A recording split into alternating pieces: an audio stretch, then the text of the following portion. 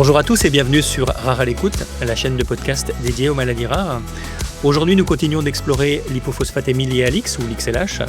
Et pour parler de l'aspect dentaire lié à cette maladie rare, nous avons le plaisir d'accueillir Madame Stévan.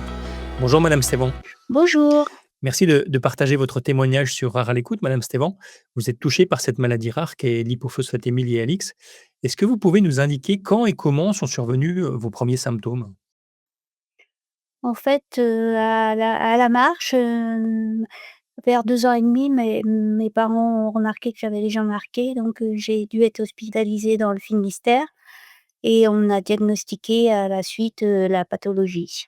Et j'ai eu plusieurs hospitalisations et opérations, à la suite.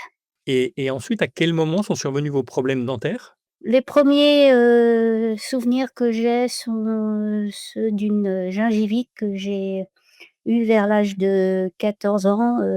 C'était, une inflammation de toutes les gencives et toutes mes dents bougeaient et malgré une bonne hygiène dentaire, j'ai eu, horriblement mal à ce niveau-là et je pouvais plus manger.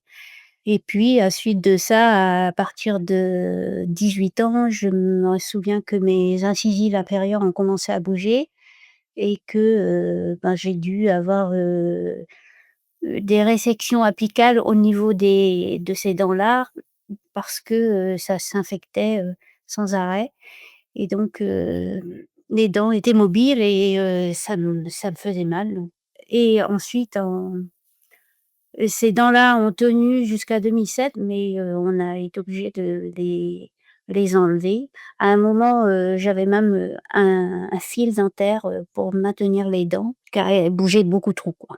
Alors, vous n'avez pas tout de suite vu une relation entre, l'XLH et les problèmes dentaires. À quel moment est-ce que vous avez fait le lien entre vos problèmes dentaires et votre maladie, madame Stévan? Bah, en fait, comme le XLH est peu connu, les dentistes connaissaient pas et moi j'avais aucune idée, du lien qu'il pouvait y avoir entre les 2.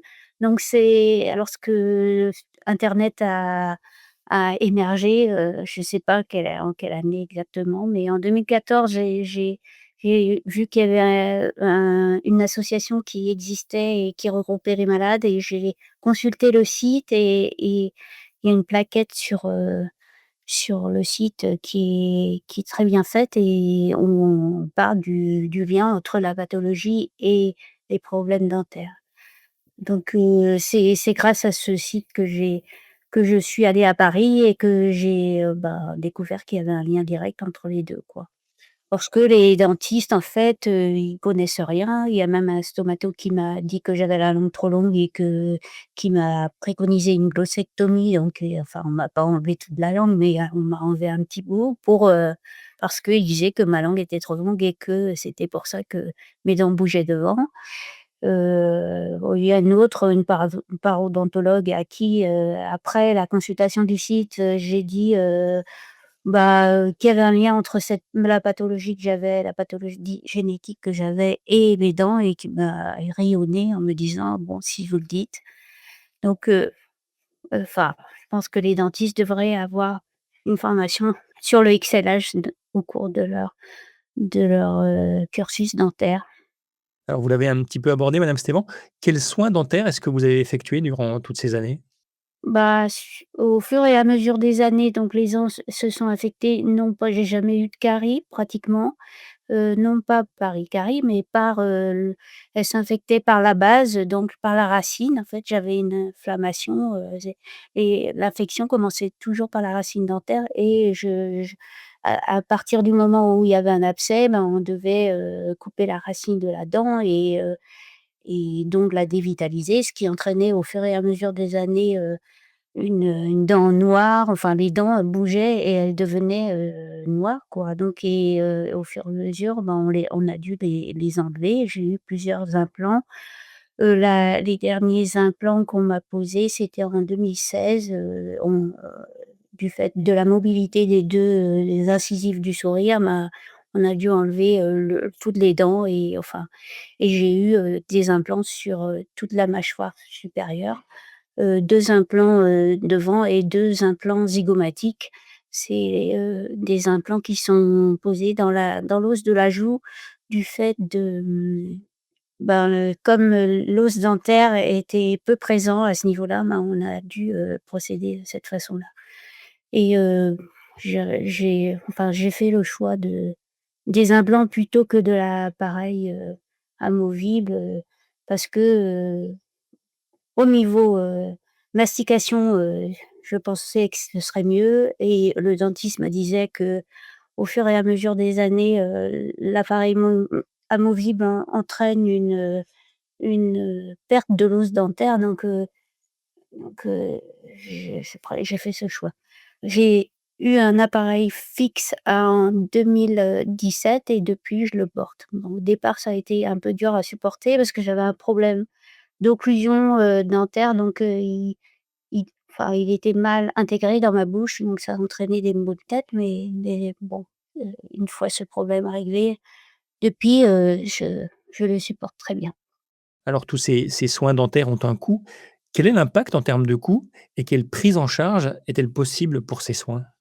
Donc l'appareil, du haut n'a pas été remboursé du tout. On m'a proposé de faire un dossier, de fonds social, sécurité sociale, mais j'avais aucune garantie que la prise en charge serait acceptée et ça devait se faire a posteriori donc j'ai pas fait le dossier, en fait. Mais j'ai choisi de financer par moi-même et les autres implants, les implants que j'ai, je les ai supportés au fil des années, mais ils ont été plus ou moins remboursés, ceux-là, parce que mon mari avait une bonne, mutuelle. Il y a pas de remboursement, possible total des implants. Il en était question là dernièrement dans le nouveau plan de la sécu, de remboursement des implants et ce serait bien pour les malades du RDRH, mais bon, pour l'instant, c'est pas le cas. Et aujourd'hui, madame Stéban, comment êtes-vous suivie d'un point de vue dentaire? Hem, je vois un dentiste, tous les 3 mois, j'ai déménagé dans le Finistère, donc j'ai eu un peu de mal dans un premier temps à trouver un dentiste, donc je suis allée sur Vannes, enfin c'était, enfin j'ai pas trouvé d'emblée un dentiste dans la ville où j'étais et auparavant j'ai eu un suivi dentaire, pendant 20 ans avec le même dentiste. Il connaissait pas non plus la pathologie, il a pas fait le lien, plus que moi au départ, mais il a su, traiter surtout le problème d'occlusion que j'avais. Donc aujourd'hui, ce qui m'a enfin lui, il est parti à la retraite donc et moi j'ai déménagé donc il m'a dit qu'il fallait que j'ai un suivi tous les 3 mois pour, un détartrage et éviter les infections et le dentiste que j'ai rencontré, récemment, ici dans la ville, m'a dit de voir pour le suivi des implants à l'hôpital de Brest parce qu'elle connaissait pas et elle se sentait pas de faire, le détartrage au niveau des implants. Voilà. Alors vous l'avez indiqué, madame Stéban, l'impact dentaire est très important pour cette maladie rare qu'est l'XLH. Au final, est-ce qu'il y a un conseil que vous pourriez transmettre, aux auditeurs qui nous écoutent?